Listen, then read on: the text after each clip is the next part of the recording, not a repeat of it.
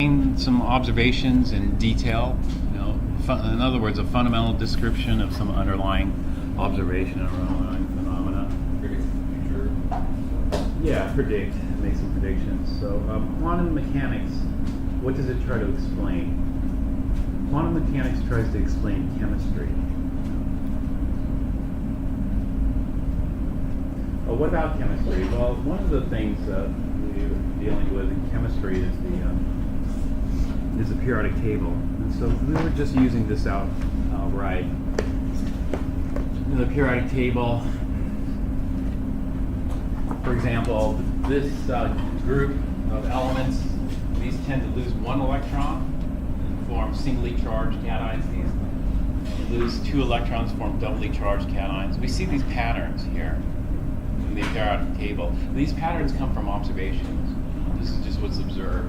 And so somebody grouped all the elements. The periodic table is based on observed properties. And so each column is a family of elements that share similar properties. And each row is what we call a period. And, a period is where the elements vary in small increments. So we start off here, let's say start off with cesium, it's very metallic. Then as we go across the period, it becomes less and less metallic, more non-metallic, until we end up at radon, which is highly non-metallic. So there's a smooth variation from one family, this particular group of elements of the alkali metal family, all the way to the noble gas family over here, radon. So we see that. That's all observation. So, when we have observations like that, we look for patterns. Well, we got the pattern here. The pattern is this nicely formed periodic table. Now we have the pattern, then what do we do? What does a scientific method call out for us to do? Well, if we got a pattern that's fairly solid, we can come up with laws, Laws would be the law of the charge of the metal ions. Figure that out. Some of these are fixed, some of these are not fixed. The non-metals. And so basically we have this pattern here, but we want to understand the pattern a little bit more deeply, a little bit more fundamentally. And so if we have a pattern like this, the next step would be to come up with a theory. Usually when people think about theory, I theorized that, the murderer was this person, or I theorized this, or, usually people are taking guesses, but that's not really how we do it in science. That would be, if you're trying to theorize what happened, it would be more of a hypothesis than what we term a theory. And so the hypothesis is, we see this grouping of elements like this ordering, and it forms this nice pattern called the periodic table. What is your hypothesis here? What about the atoms that cause it to behave like this? And so the hypothesis might be just try to explain a simple thing. Hydrogen, pretty reactive stuff, right? Hydrogen is a pretty powerful reducer. We go to helium. Is helium pretty reactive? Helium pretty flammable? No, so we jump from hydrogen to helium and then back to lithium. What can we say about lithium? Is it pretty reactive stuff? Yeah, it's pretty reactive stuff, very reactive. And then we think about what we know from atomic theory part 1. Atomic theory part 1 is there's a nucleus, protons and neutrons, and the electrons surround it. So we have one proton, one electron. For hydrogen and helium, 2 protons, 2 electrons. Helium has 2 neutrons. And then on to lithium. Lithium is 3 protons, 3 electrons, and 3 or 4 neutrons. So what's your hypothesis? Why do they behave so differently, hydrogen, helium, lithium? Actually, hydrogen and lithium aren't that far off, although hydrogen is a gas and lithium is a metal, but other than that, they share a lot of properties. Solid hydrogen, did you know solid hydrogen is metallic? Interestingly enough. Solid hydrogen under high pressures. Solid hydrogen under low pressures is not metallic. The solid hydrogen under high pressure is metallic. But Do you have a hypothesis? Can you come up with a hypothesis that kind of gives a fundamental description of what's going on in the periodic table?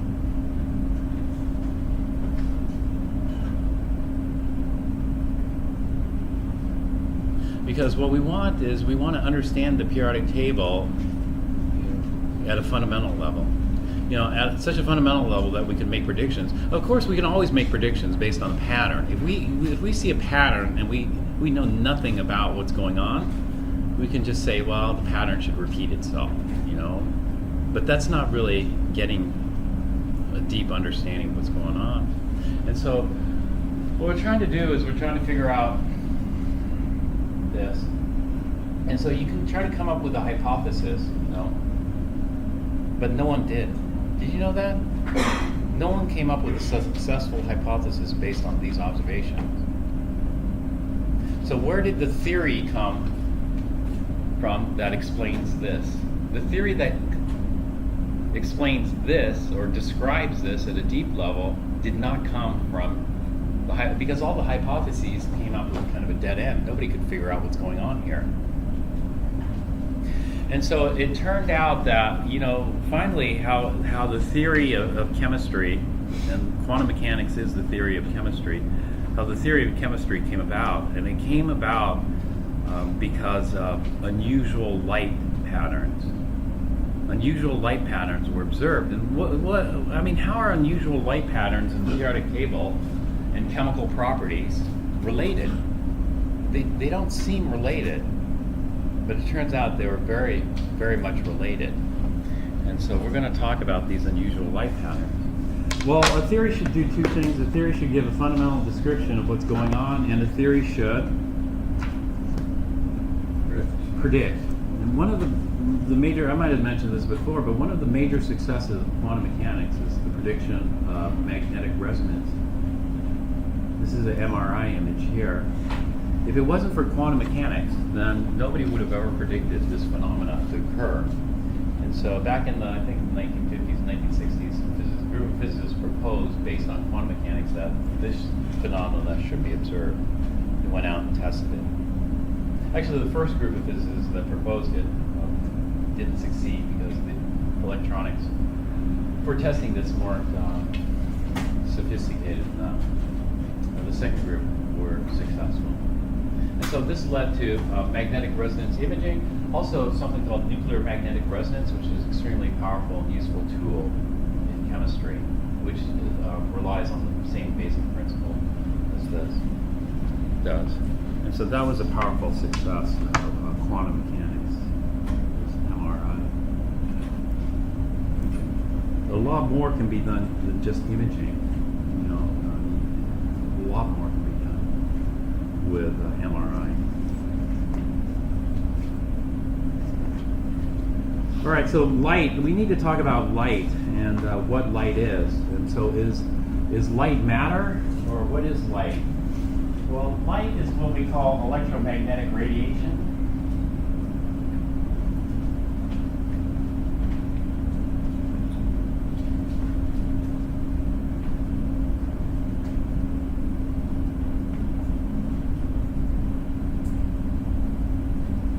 We don't think of light as being matter, you know. You know what you think of? You think of light, you think of energy. Light is energy. It's usually transfer of energy. Sunshine, sunlight, this energy being transferred from the sun to the earth here in the form of light. And so electromagnetic radiation is light. And there are different kinds of light, you know, sunlight being one. Sunlight's actually a mixture of different kinds of light. You know, we subcategorize light into it. But all light shares certain characteristics. One of the characteristics is light consists of what we call oscillating, electric,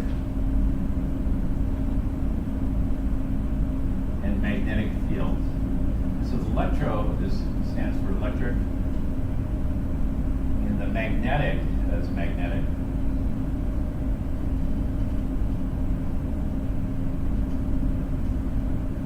Magnetic fields. And So what is an oscillating electric field? An oscillating electric field is, well, first off, what is an electric field? Electric field is when you have a separation of charge. Let's put all the negative charge on one side and all the positive charge on the other side. And so what we just created here is an electric field. And if you're stuck in the middle of this electric field, you'd feel it. You'd feel it because one side's negative, the other side's positive. You're stuck in the middle of the electric field. Although sometimes you'll feel it, sometimes you won't. It depends on how strong that electric field is. Most of the time we don't feel it. The same thing. We're immersed in the Earth's magnetic field, but do you really feel it? No, we don't. We don't feel it either. A magnetic field would have the North Pole on one end and the South Pole on the other. You would feel it if you were magnetic, then your magnetic moment or dipole would line up with the Earth's magnetic dipole.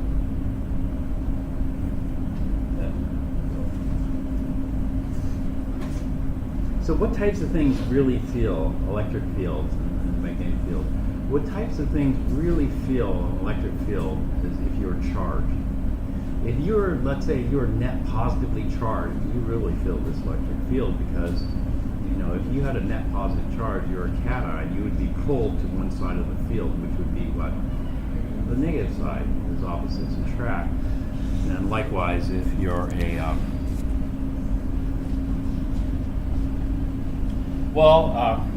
negatively charged, you'd be pulled to the positive. It's the same thing if you're magnetic. You'd be pulled to one side or the other. In fact, in magnetic resonance imaging, the hydrogen atoms are little tiny magnets. So they interact with fields. But in electromagnetic radiation, we have these oscillating electric fields. What does oscillating mean? Oscillating just means it's changing. 1 second it's positive, the next second it's negative. So what we have is we kind of have a wave, in the sense that it's positive amplitude, and 1 second it's negative the other. So it's oscillating like this. And the magnetic field's doing the same thing. It's switching from north to south, north to south, north to south.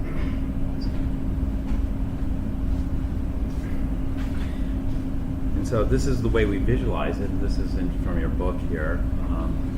What these waves are is just to represent the oscillating field. Usually we just focus on the electric field. The magnetic field would also be here. Usually the electric field and the magnetic field are perpendicular to one another. So we're going to completely ignore the magnetic field. Just focus on the electric field. And so what this means is, let's say here it's positive, and then goes negative, positive, negative, positive, negative. Now, the way we have to think about this is, okay, what does it mean to be oscillating? It means to be moving back and forth. And how is it moving? Well, it's moving because of light. Light travels. You know how fast light travels?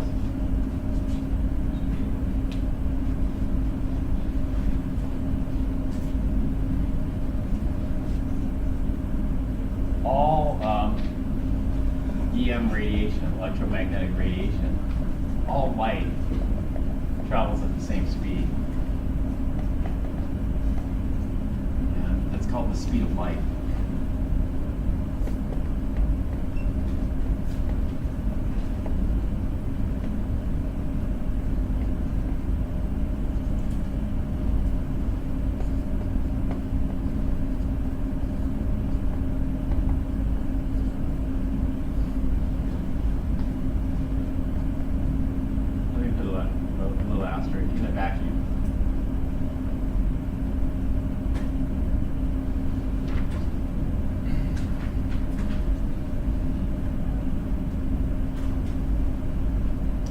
The speed of light is 3.00 times 10 to the 8 meters per second.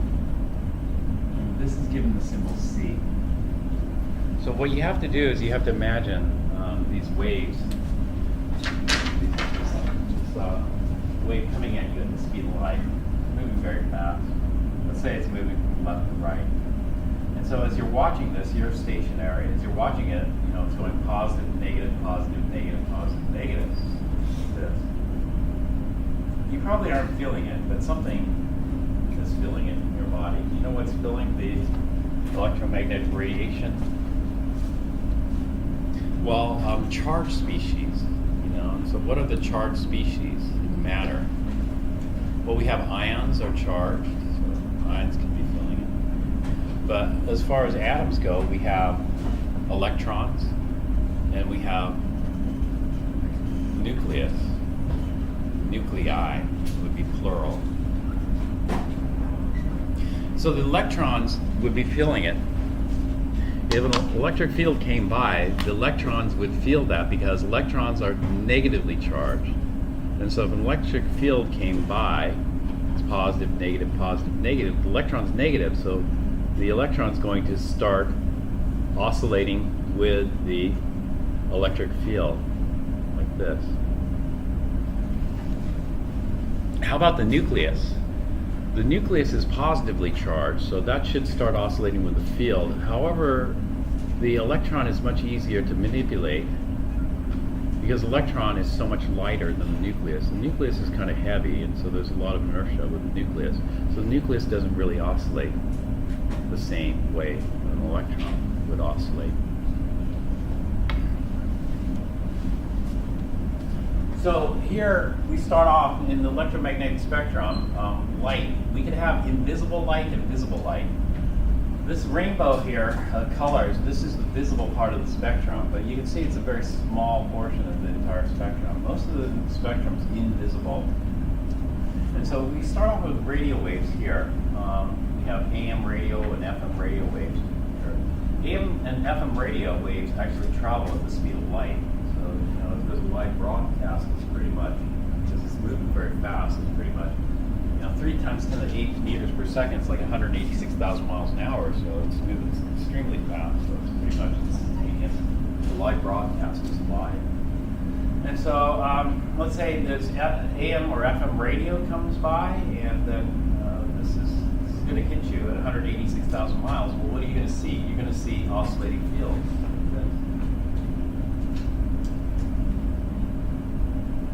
Well, what makes a good, if you want a good antenna, a radio antenna will capture the wave. If you want a good, let's say, if you have an older car has these metal antennas. I don't know if you've seen those. They have metal antennas. Some, like fancy cars, have the metal antennas that you could push in and then retract so they wouldn't break. A lot of people, though, they leave them out and then eventually it breaks off. So it used to be a problem.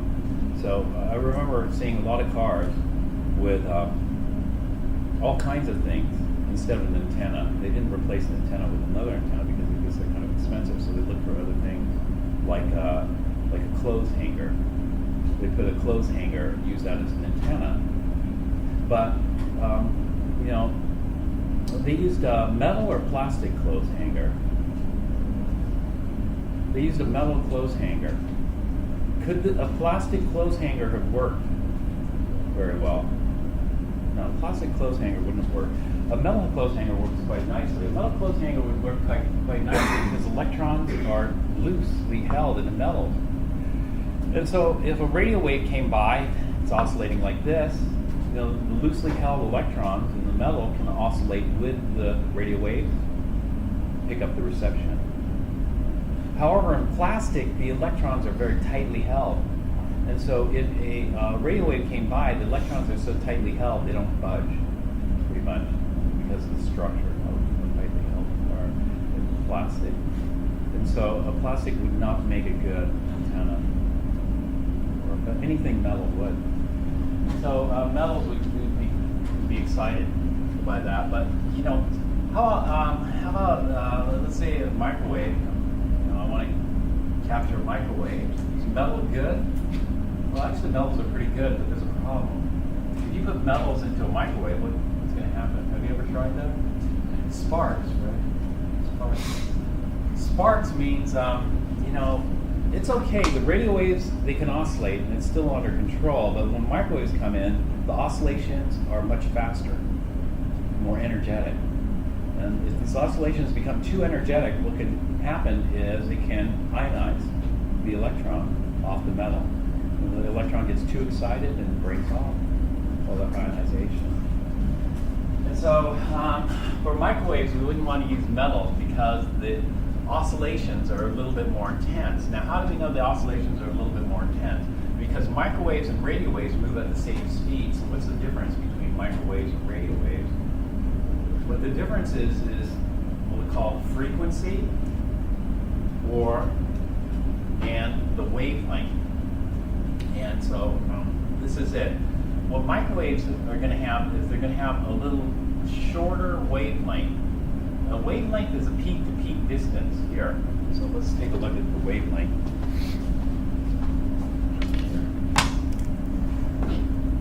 This figure 11.3 from your book. So this is a longer wavelength. This is a shorter wavelength. Now, if these two waves are moving at the same speed, which one's going to oscillate faster? If they're moving at the same speed, you're going to see faster oscillations here. And so if we have a shorter wavelength, what we're going to see is this. If we have a longer wavelength, we're going to see a slower frequency of oscillation. And so we have the speed of light. All light's moving at the same speed. The difference between like microwaves and radio waves are frequency and wavelength.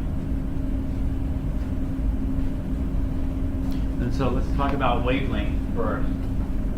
Here. Wavelength is given the symbol lambda. This is a Greek symbol.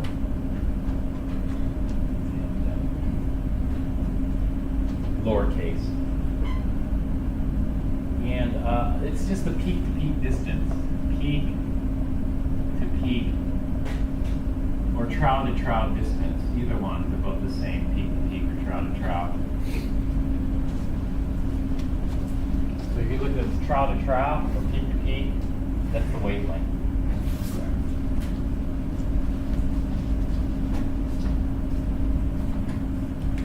Okay, the next thing we look at in these waves is frequency. Frequency is given the symbol mu and u. And the frequency is the number of cycles per second. A cycle is a peak-to-peak cycle or a trow-to-trow cycle. So if you start off here, one cycle would be you drop down and you come back up to the same spot. So imagine your buoy here, the waves passing you. You start off here, you drop down with the trow, and then you back up. That would be one cycle. And so how many cycles pass by in a second? That's frequency. And we use a special unit for this. The unit that we use is hertz.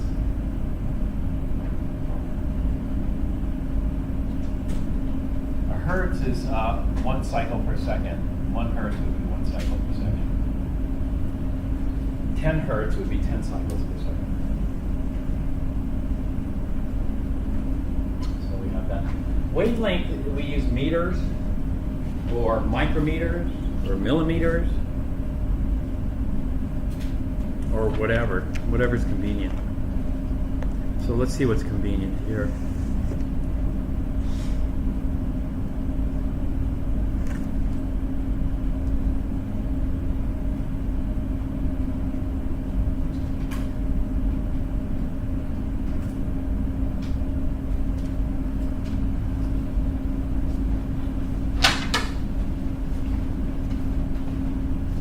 If you look at radio waves, the wavelength varies from 10 meters to, this is about 10 to the third here. And so from 10 meters to 1,000 meters in length. And so the peak-to-peak distance would be like 10 meters or 30 feet. On the shorter end, and on the longer end, it'd be like 3,000 feet.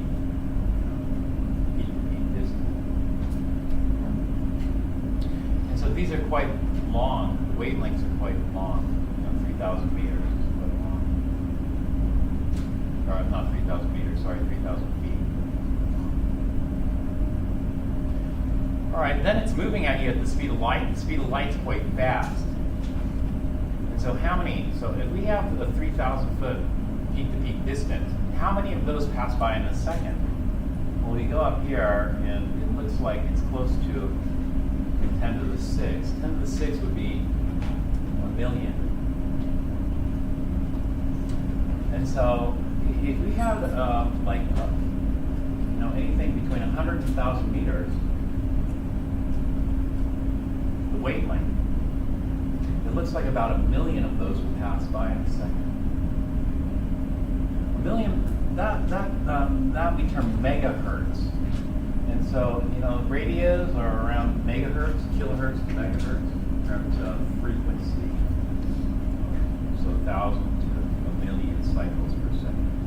That's because light is moving so fast. The speed of light so fast that a lot of these can pass by.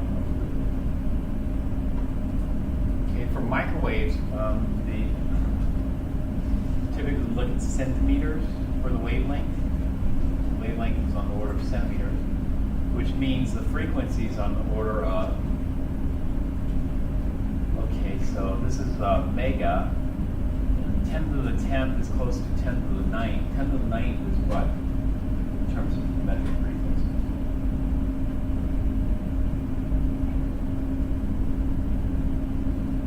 So it goes mega, it goes kilo,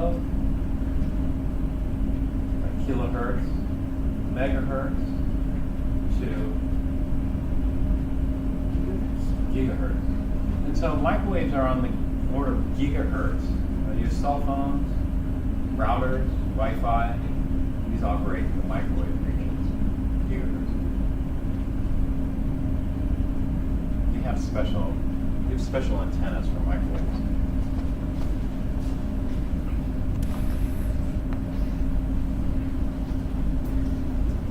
Gigahertz, okay, we can deal with gigahertz. That's microwaves. Now, infrared has even shorter wavelengths. The wavelengths associated with infrared radiation are on the order of 10 to the minus 6. 10 to the minus 6 meters is how many meters? 10 to the minus 6 meters.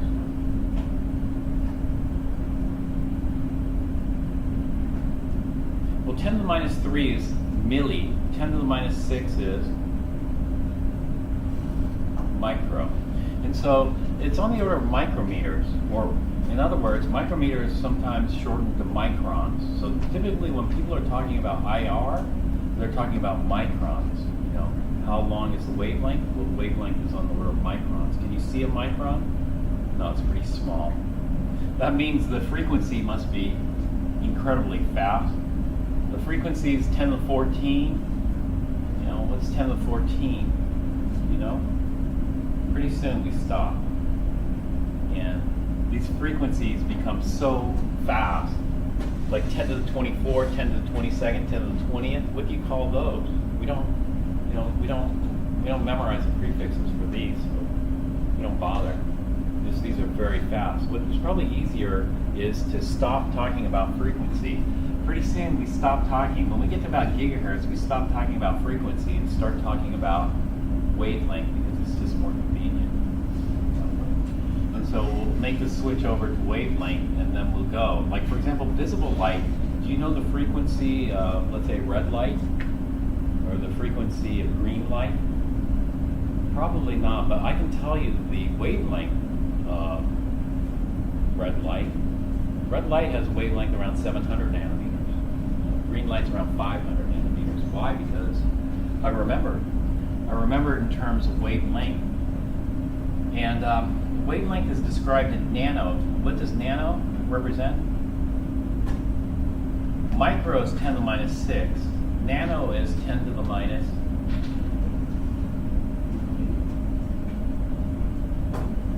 9. 10 to the minus 9. And so here, we're looking at this in terms of nanometers here. And so this is visible. They blow it up so we can see all the colors of the rainbow quite easily. When we're looking at the colors of the rainbow, there's an easy way to remember these. Roy G. Biv, we'll talk about later. And so this is IR, or infrared. Then we go to shorter wavelengths, UV, then X-rays, and then gamma rays. And so in terms of energies, you should remember the electromagnetic spectrum. You should remember the parts of electromagnetic spectrum and their relative energies. You don't have to memorize any of the wavelengths or any of the frequencies. But you should remember the ordering of this. So the ordering of this goes like this. We start off with radio waves. These are the, what do we say? What would you rather be hit with? Would you rather be hit with a radio wave at the speed of light, or would you rather be hit with a gamma ray at the speed of light? A radio wave. Why? Because even though they're both moving at the speed of light, one packs more punch. Do you know which one packs more punch? Gamma rays. Yeah. What's that? Yeah, that's true. That's going to cause some DNA damage for sure. That's because radio waves are enough to excite electrons in metals, not to do much else. Microwaves can actually ionize electrons in metals, but normally for microwaves, they don't have that much energy. And so microwaves, you know what microwaves are best known for doing? Microwaves are best known for heating up water. And they're very effective at heating up water because water is what we call a polar molecule. And so water actually has a negative end, which we call delta minus. We'll talk about that later. And a positive end, which we call delta plus. And so if we have an oscillating electric field, well, it's going to interact with the charge on water. Delta is what we call a partial negative charge, partial positive charge here. And so this is going to oscillate with the field. So one second the field is positive, so flip one way. The next second the field is negative, so it flips the opposite way. And so what this causes is it causes the molecule to flip, and eventually it causes it to rotate. And so what microwaves do, water molecules, is they cause water molecules to rotate. And so what microwave radiation is best known for doing is causing small molecule rotations. Molecules that have a charge associated with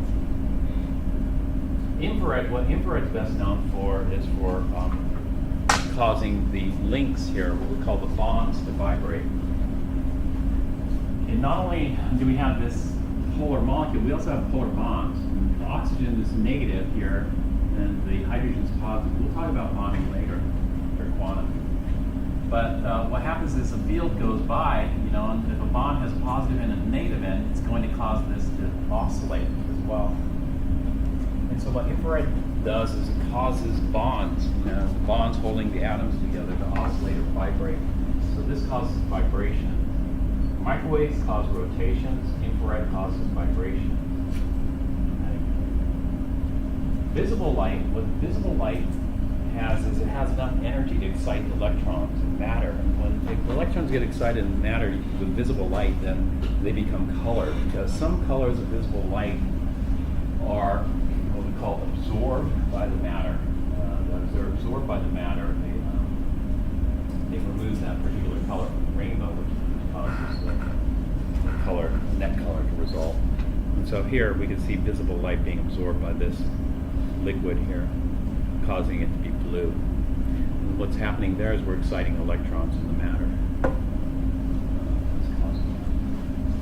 Ultraviolet is enough energy to break bonds. Things get oscillating too much. If they get oscillating too much, things break apart. And so ultraviolet causes bond breakage. X-rays, this is enough energy to ionize electrons off plastic. I told you plastic, the electrons are tightly held. Well, you hit them with X-rays, eventually you're going to ionize that, knock them off. They're going to start to oscillate. Plastics, whatever else. This is X-rays and gamma rays have enough energy to ionize radiation. So we call these ionizing radiation. So even though they're moving at the same speed as radio waves, gamma rays and X-rays and ultraviolet pack a lot more punch to it. Radio waves don't. And so radio waves we call low energy light.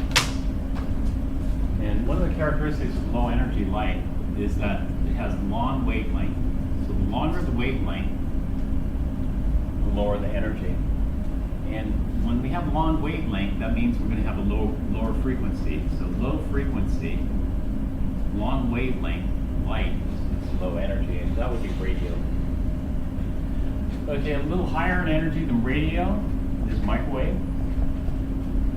Microwave packs a little bit more punch than radio wave. And then from microwaves, we go to infrared or IR. Infrared.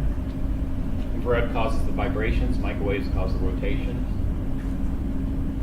And then from infrared, we hit visible. Now, visible is broken up into different colors of visible light.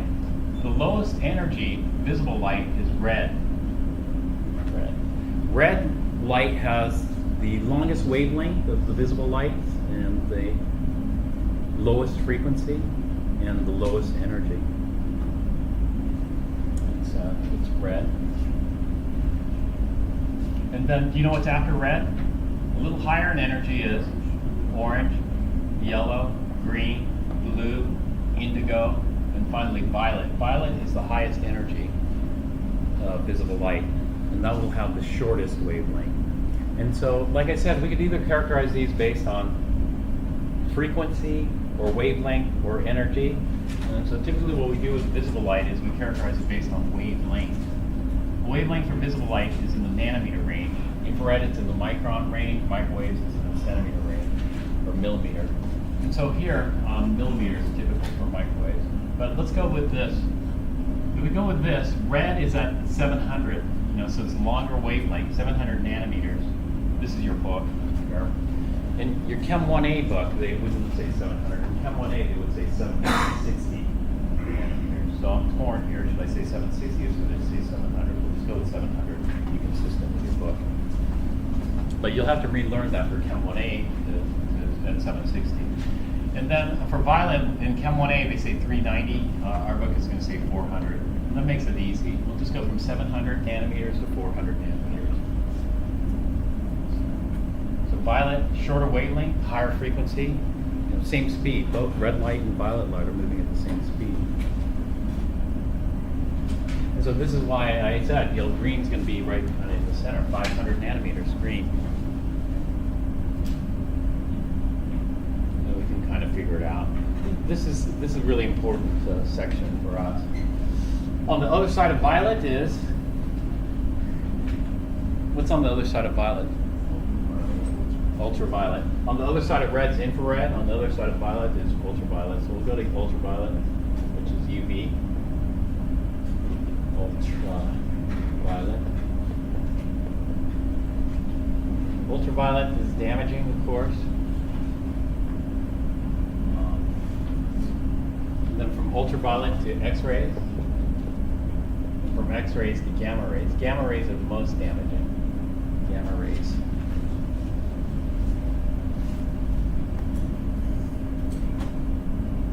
This is all electromagnetic radiation. This is all light. So we're going from low energy light, radio waves, to high energy light, gamma rays. It's all light. There's only a small portion of this that we can actually see with our eyes. But different animals adapt differently to it. So, for example, bees have adapted so that they can see ultraviolet, but they cannot see red. I guess there's limitations. Professor, I have a question. For photosynthesis, which one of these would For photosynthesis? For photosynthesis, that's a really important question. And that's an important question based on this. We want to know how light and matter interacts. I already told you how light and matter interacts, but the whole study of light and matter interactions is called spectroscopy. And so let's take a look at, let me talk about that and then I'll get to your question. Spectroscopy is a measurement of light / matter interactions.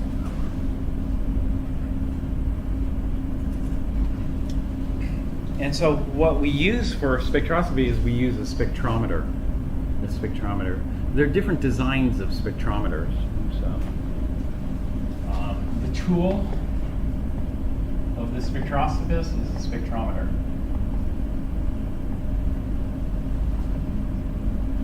So MRI people are spectroscopists. You know, they're measuring the interaction of light. You know, in MRIs you get hit with radio waves, and then they see how those radio waves interact with your body.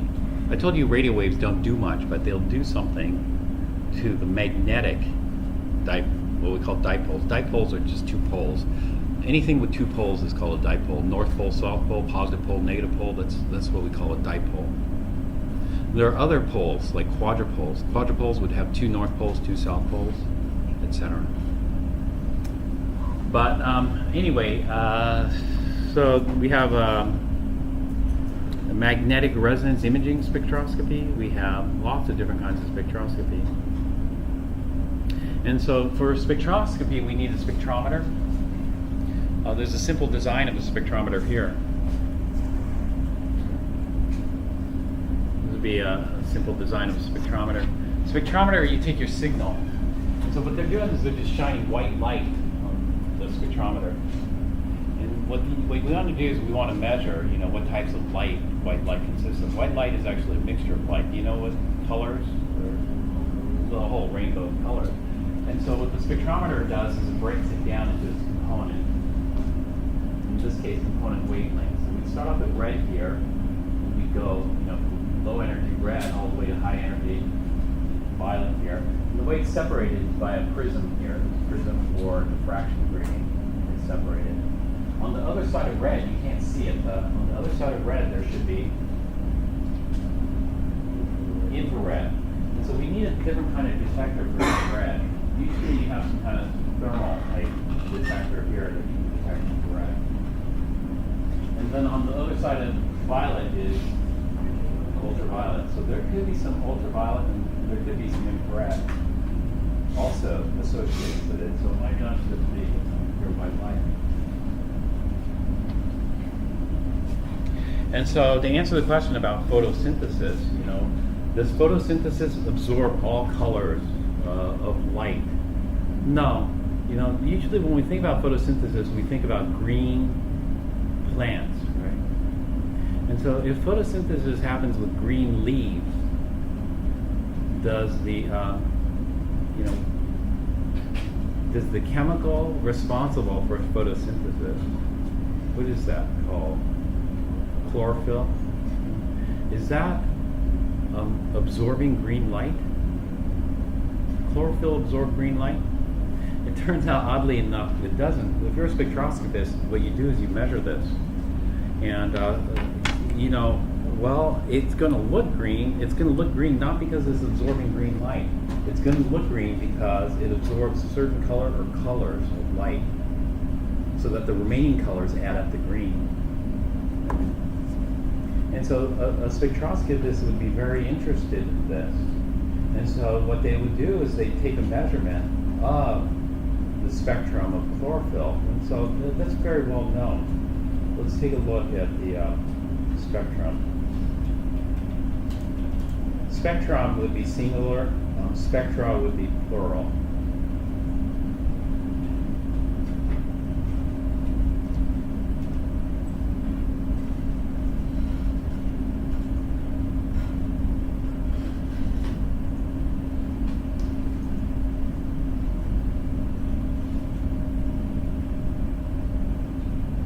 Actually, they're different things there. Oops. I guess you can't see it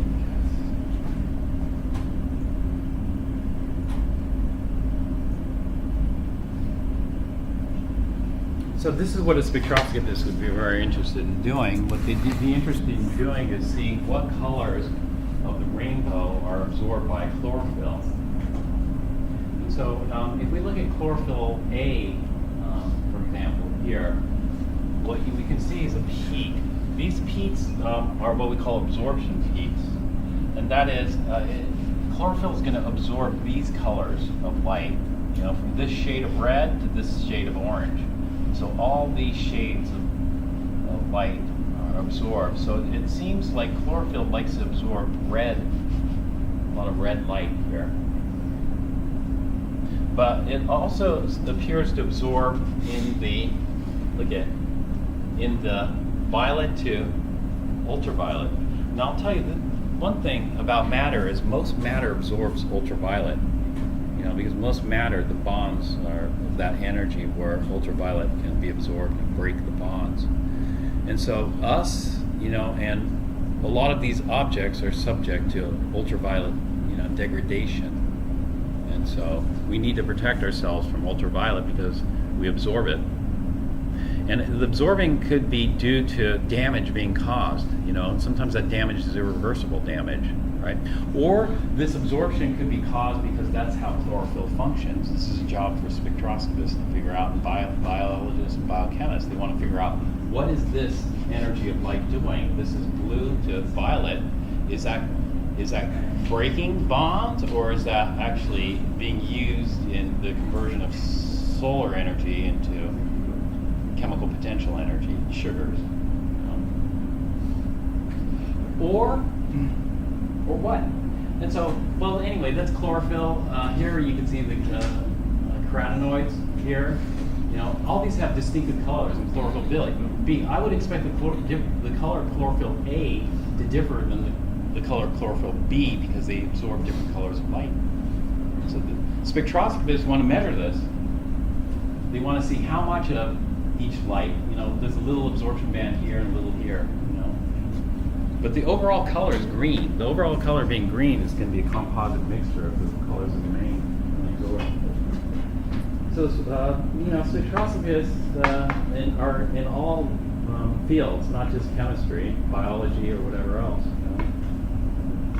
Because spectroscopy is a major field of science. And so, what we got to do is we got to compare this with what we call the solar spectrum. The solar spectrum is, where are the plants getting their energy from? They're getting it from the sun. And so, what energies of light is the sun emitting? And so, let's take a look at the solar spectrum here. Take a look at the solar spectrum.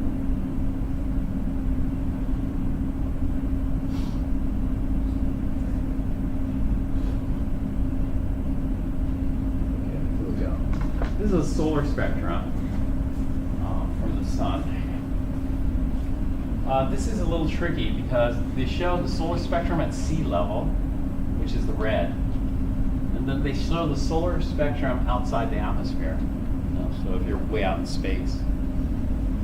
And if you look at the solar spectrum way out in space, although this doesn't cover everything, but do you see these dashed lines? These dashed lines go from 400 to about 700, 400 to 700 nanometers is what we call visible light. And so all the colors of the rainbow are here. And so the sun emits all the colors of the rainbow. If you look at it, the yellow part, it looks to emit a lot of blue. Do you see that? Green's kind of in the middle. Red is down here. So it appears to emit a lot of blue here. Well, chlorophyll is going to absorb that. Looks good. And it also absorbs a lot of red here. It doesn't absorb much green there, oddly enough, because it is green. Well, anyway, if it absorbs this blue and the red, then the only thing left over is, if it absorbs blue and red, you ever RGB, red, green, blue? So if you get rid of red, green, blue make all the colors of the rainbow. So anyway, this is all spectroscopy. Now, if you measure the solar spectrum on Earth, there are a whole bunch of gaps taken out of it. So for example, you see this gap here? Is that a gap? Yeah. This is a gap because the solar spectrum on sea level, because this red, and this yellow part's missing. And this one's missing here, and this one's missing here. What range are we in?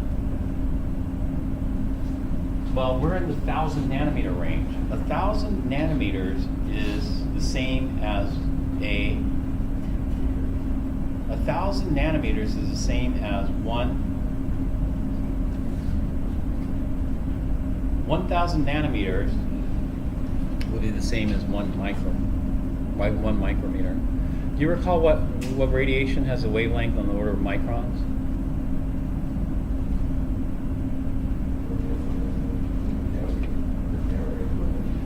Not gamma rays. Maybe if I put this one with rainbow. I should get the one with rainbow here.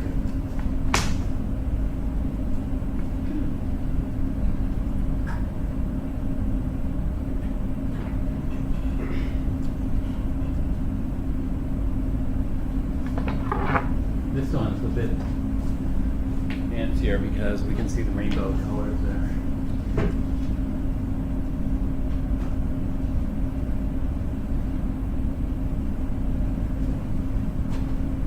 What's on the other side of red?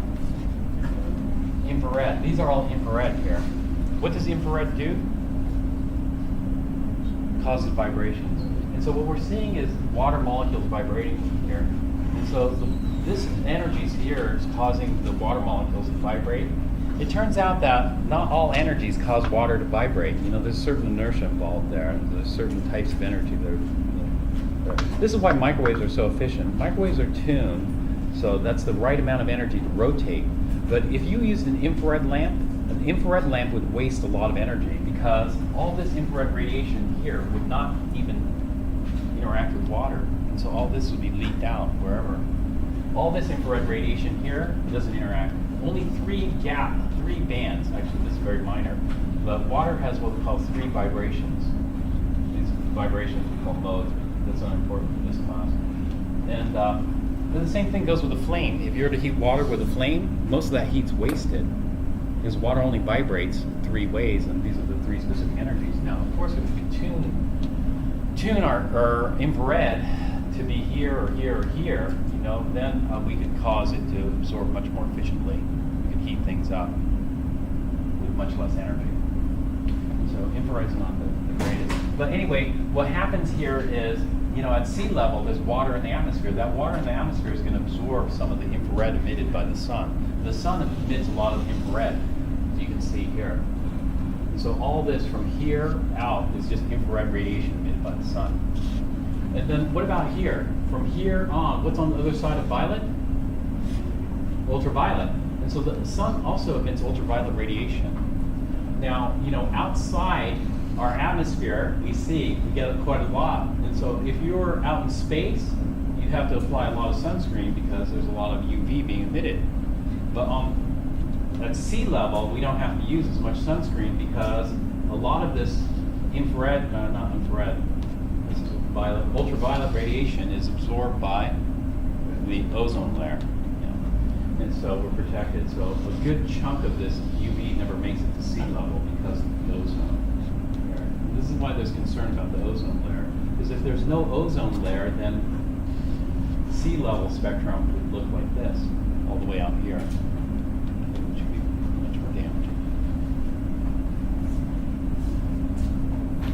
So this is what spectroscopists are interested in. They want to measure these things out quantitatively. And so in terms of wavelength, frequency, or energy, they're going to place the X. And on the Y, they're looking at how much light. You know, the sun doesn't emit all energies, all wavelengths, all frequencies of light with the same intensity. And so when we look at this, the most intense is over here. So the sun looks very white like this. So, Professor, when we eat a spinach salad, when we eat a spinach salad, it's got light in it from the chlorophyll, right, or something. Are we eating a source of light or energy? I mean, is it going in our system? Oh, okay. Well, no. What happens is the light isn't stored in itself. The light is absorbed and causes some change, some kind of chemical change. This is what spectroscopists are very interested in, is how the light interacts. So there's no like empty vacuum vessel that sucks in the light and stores it, so you don't have a glowing like a firefly or something and stored in a jar. What happens is the light comes in and gets absorbed by something. And so, like for example, chlorophyll, light comes in, gets absorbed by something, and then it causes a reaction to make a higher energy molecule or something like that. And that higher energy molecule is called the stored. And so kind of the analogy to this is like generating electricity. When you generate electricity, right, it's generated on demand because, there's no way to store the electricity unless you have batteries. So if you have batteries, well, that's what Tesla and other companies are looking at, Panasonic. They're looking at batteries to store the energy. So like say, I don't know, if you've ever been to Hoover Dam. Hoover Dam at night, they open the floodgates, the water goes through, and they generate the electricity to light up Las Vegas, right? But during the daytime, when the demand is lower, it's barely a trickle going through Hoover Dam. So specific times, you can time it so there's a big rush of water through the canyon. And so the same thing, the light, you can't store it. If you want to use the energy from the light, you make something else and then store it. It's like electricity. You can't store electricity. You can, unless it's in a battery, but the battery is causing a chemical reaction or chemical change. And then you can reverse that chemical change to regenerate the electricity. It's a battery. And so the spinach would have energy that was stored in it from the original interaction.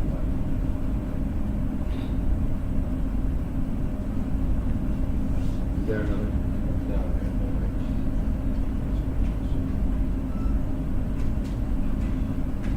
So that's sunlight here. But how does sunlight compare to, let's say, a tungsten light bulb?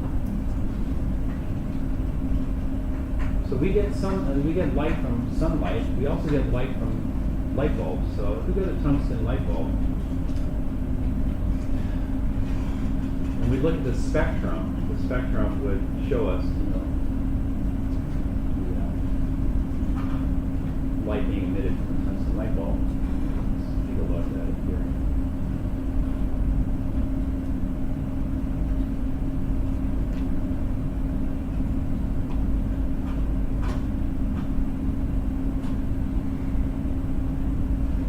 Here we can see it.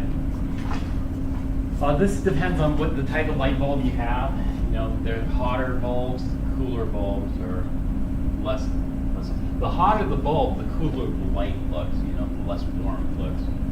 And so over here, you're looking at it like the temperature of 2,000 Kelvin. Sunlight's like 6,000 Kelvin. So sunlight looks very white, and it's spread. The peak of sunlight was out over here, where it's blue. You can see the peak over here from the tungsten light bulb is closer to red. The tungsten light bulbs are going to look a lot more red-orange. Since they look a lot more red-orange, they're going to appear warmer, versus cooler colors like blue, violet over here. But also, you can see at different temperatures, the tungsten light bulb can give you a different, what we call a spectrum here. And so at cooler, we emit here mostly red, orange. But as we go to hotter and hotter temperatures on the filament here, we can get cooler colors. It's still nothing approaching sunlight here. So this is a tungsten light bulb, the spectrum of that. We can compare directly the tungsten light bulb with the solar spectrum. I think one of these has it here. Just take a quick look here. I wanted this an overlay.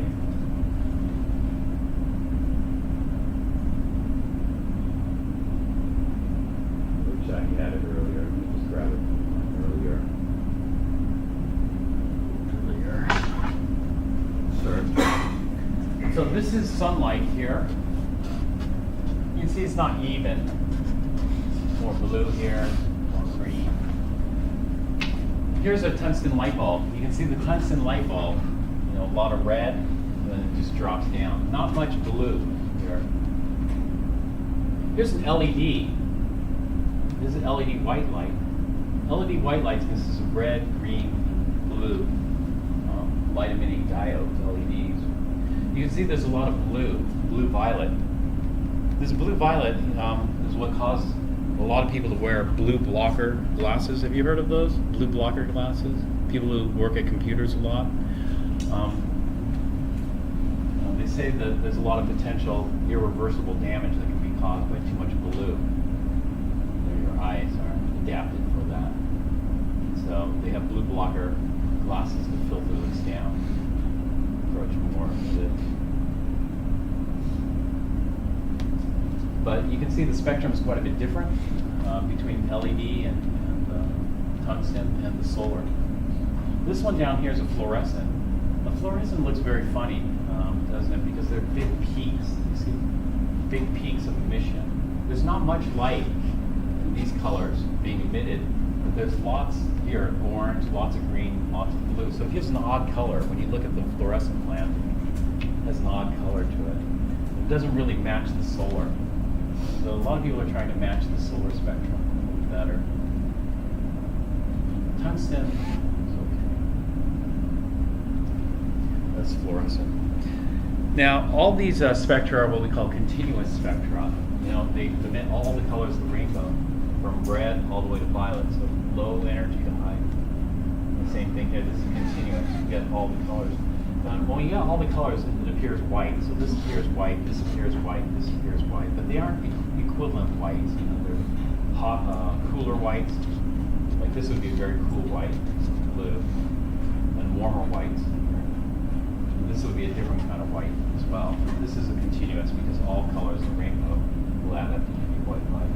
Even if we have partial emission, like say, if we had a red peak, a green peak, and a blue peak, then those would add up to white light, even if there are big gaps missing. That would be called a line spectrum. The line spectrum will have gaps in there. So if you want to mimic sunlight, well, what's the sun made out of? It's mainly what element? Hydrogen. So hydrogen, and it's mostly in the form of plasma. You know, plasma is the fourth state of matter. A plasma consists of an ionized gas. An ionized gas means, you know, the collisions of the gas particles in the sun are so violent, they knock electrons off the atoms. And so we have free electrons, what we call free electrons in the sun. And we have, you know, protons, whatever else. We have particles. Now, those free electrons in the sun can get excited, but they don't stay excited forever. And so they might get excited, and eventually they'll cool down. When they cool down, there's the first law of thermodynamics. The first law of thermodynamics says that energy is neither created nor destroyed. And so if the electron drops down in energy, that energy gets emitted as light, infrared light, you know, which we can't see. It's over here. Infrared light, some of the lower energy electrons. You get the higher energy electrons, they start to emit red, all the way to violet, all the way to ultraviolet. Electrons get excited. And so this is where the unusual light pattern came up. Actually, I need to talk about a couple more things before I go to the unusual light pattern. Let's talk about some of the relationships, mathematical relationships here for the light. We can relate these things in these equations here. So the relationship between some of these. C, the speed of light, is equal to lambda times mu. This is a constant.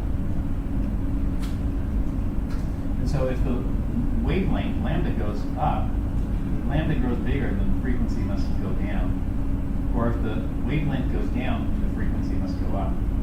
It's an inverse relationship like that. So we can solve for lambda. Lambda is just equal to C over u. Lambda is inversely proportional to frequency. The frequency is inversely proportional to lambda. And so we can do some calculations. So we just need to know one. So you can either characterize it by wavelength or frequency. And so you usually remember one and forget the other and just calculate it as needed. So I don't even remember what the frequencies of visible light are. You know, I just remember the wavelengths, but it's such a simple calculation, I can always figure it out. Don't bother memorizing it. Then one other thing is the energy of the light. The energy of light is directly proportional to the frequency. And that means it's inversely proportional to the wavelength. And so this is an aside. It's actually a pretty simple equation that the energy of the light is equal to h nu, which is equal to hc over lambda. This is where h is equal to Planck's constant. You don't have to do any of these calculations with this equation here.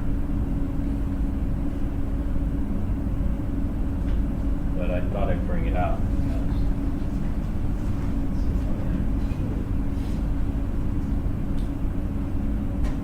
So let's try to make a light bulb that mimics the sun. Maybe we could get a better spectrum out of that. Maybe it would make, reading or whatever else, indoor living like outdoor living, right? And so how are you going to make a light bulb that is similar to the sun? What are we going to need? Well, we're going to need the key ingredient, which would be hydrogen. Can we get hydrogen? Yeah, no problem. We can get hydrogen. We can make this stuff pretty easily. So we get hydrogen. So this is what you do. You want to make a light bulb that kind of mimics the sun. You get some hydrogen gas. Put it in the tube. This. But the thing is, how can we get this plasma? In other words, how can we get this high energy mix of gaseous hydrogen? Well, one way of doing it is to use electrical energy to do it. And so what we're going to do is we're going to put it into what we call the gas discharge tube. What you're going to put a plate here and a plate here. And then we're going to build up the electric field. We're going to make this plate hugely positive and this plate hugely negative. What we call that is voltage. We're going to crank up the voltage on this. We crank up the voltage, higher and higher voltage we go. And eventually what's going to happen is a little lightning bolt will happen. A little lightning bolt. Well, lightning bolts are plasmas anyway. Lightning bolts emit light? Can you see lightning bolts, or are they invisible? And what color are lightning bolts? Are they white light, blue light, yellow light, green light, white light, red light? What color? They're white light, right? And so there you go. So we get a little lightning bolt going here. The lightning bolt doesn't look jagged.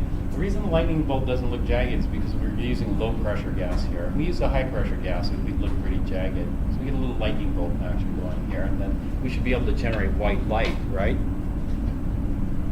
And so the physicists did this. This is actually very easy to build. So you build something like this, and then just crank up the voltage until it starts emitting light. Well, the problem is, okay, it starts emitting light. One problem is the light coming off this doesn't look white. The light coming off this looks purple. So automatically, wow, that's a lot different than the sunlight. A lot different. And so they measure the spectrum. Well, what is the spectrum of that purple light? And so they'll pass the purple light through a spectrometer, which breaks it down into its components. And when you look at the spectrum, that doesn't look like a rainbow of colors at all. In fact, all we see is this red, this green, this blue, and this violet. There are only 4 colors here, and everything else is dark.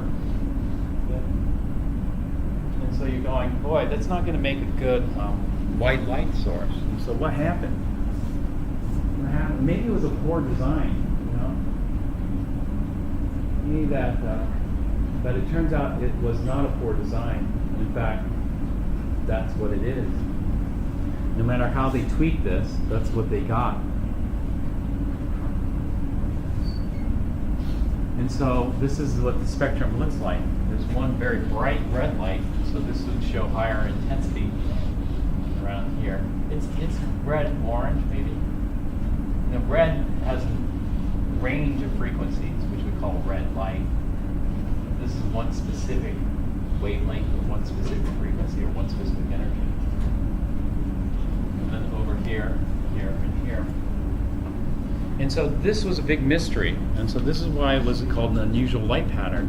They expected all colors of the rainbow. The reason they expected all colors of the rainbow is because if you have an electron, can you accelerate an electron to any speed you want? Let's say you have a little tiny electron, you give it a little kick. And you can give it a little kick, or you could give it a little harder kick, or a little harder kick. But you would expect the electron to be excited to any energy it wants, Just like if you have a car, can you drive that car any speed within the limits of the car? Or are certain speeds forbidden by the car? Like, can you drive really slow and a little bit faster, and a little bit faster than that, yeah, you could drive any speed you want, right? And that's what we call a continuum. That's a continuum of energies. You know, you can have any speed, any energy you want. And so an electron and a hydrogen atom, they expect to excite this to any energy they want. They can move it a little faster or a little slower depending on how much of the electric discharge energy it absorbs. But what they got is something quite different. And so the way of thinking about this is if you bought a car and there were only 4 speeds allowed, you know, you could drive 25 miles an hour, 40 miles an hour, 80 miles an hour, and 150 miles an hour, and that's it. You cannot drive any speed in between. So what you have to do is you have to jump from 0 to 25, because every speed between 0 and 25 is forbidden. Forbidden, not allowed. That's what this is showing. If this is 25 miles an hour, this is showing any speed from here to here is forbidden. You cannot have that speed, otherwise we'd see light, because the electron would absorb that and start emitting that in the first law of thermodynamics. And so this is a very, very weird thing. This is called a line spectrum. A line spectrum shows allowed energies or allowed speeds or allowed whatever oscillations, and the black regions show forbidden. And so what's forbidding the electron from moving at that speed? You know, or what's forbidding from oscillating at that frequency? Why can't the electron oscillate at that frequency?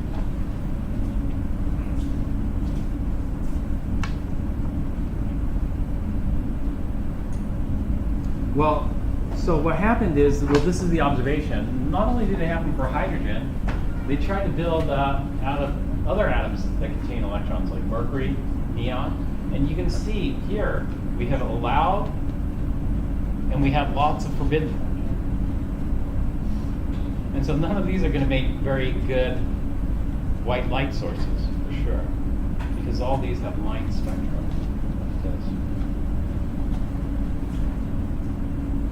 Did I go? Yeah, let me stop here. I went too long, I think. Sorry. Let's take a short break here.